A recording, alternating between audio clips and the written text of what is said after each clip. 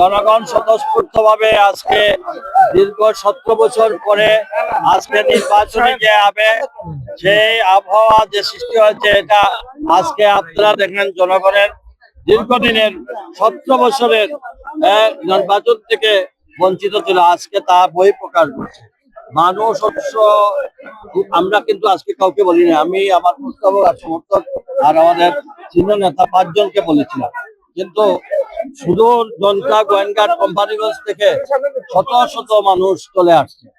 এটা তাদের আবেগ, এটা তাদের অনুভূতি। আমার তো মনে হয় এই পরিবেশ বজায় থাকলে ইনশাআল্লাহ আমরা সুন্দরভাবে সুষ্ঠুভাবে আমরা 12 তারিখ নির্বাচন। চ্যালেঞ্জ তো জাতীয় আন্তর্জাতিক, আপনারা বুঝতেছেন বিগত কয়েকদিন আগেও ঘটনাগুলো আছে, এগুলা ষড়যন্ত্র আছে। আমাদের চোখ কান খাড়া রাখতে হবে, চোখ কান খাড়া রাখতে হবে। যারা নির্বাচন চায় না তারা কিন্তু যে কোনো ধরনের অপতৎপরতা চালাতে পারে।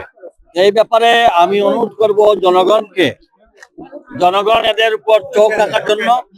জনগণ যদি চোখ রাখে, জনগণ যদি চোখ রাখে, তাহলে ইনশাআল্লাহ ওই যারা নির্বাচন চায় না তারা ব্যর্থ হবে। আমার বিশ্বাস পূর্ণভূমি সিলেটে আমরা বাংলাদেশ জাতীয়তাবাদী দল দানের শীষে 6টি আসনে আমরা ইনশাআল্লাহ বিজয়ী হব। আজকে আমরা দেখেছি অনেক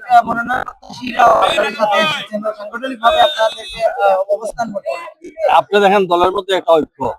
আমরা দিন শেষে বাংলাদেশ জাতীয়তাবাদী দল আমাদের যে আমরা যারা বিএনপি করি, বিএনপি পরিবার এক, এবং অনেকেই প্রতিযোগিতা আমার পাশে দেখেন, প্রতিযোগিতা হলো প্রতিযোগিতা, কিন্তু দল একজনকে নয়।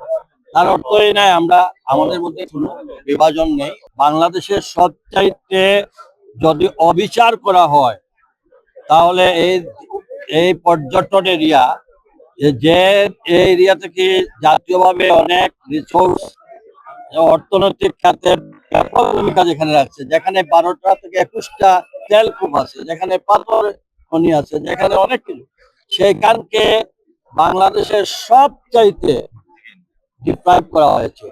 একটা ইউনিয়নে রাস্তাঘাট নাই, জনতা গোয়েন্দার কোম্পানিগঞ্জে রাস্তাঘাট নাই, স্কুল কলেজ সেরকম করে উঠে নাই। হ্যাঁ, আমি তো যেখানে বাসের হাকম দিয়ে আমি বারবার পার হইতেছি। কাজেই যদি আগামী 5 বছরে যদি পর্যাপ্ত পরিমাণ মানে সরকারের কোনো অর্থ দিয়ে হলেও সব কাভার করা যাবে না। এখানে সরকারের আলাদা, যেখান থেকে সরকার কোটি কোটি বিলিয়ন টাকা রাজস্ব যাচ্ছে, সেই এলাকাকে আমার গুরুত্ব দেবে আমার নেতা জনাব তারেক রহমান।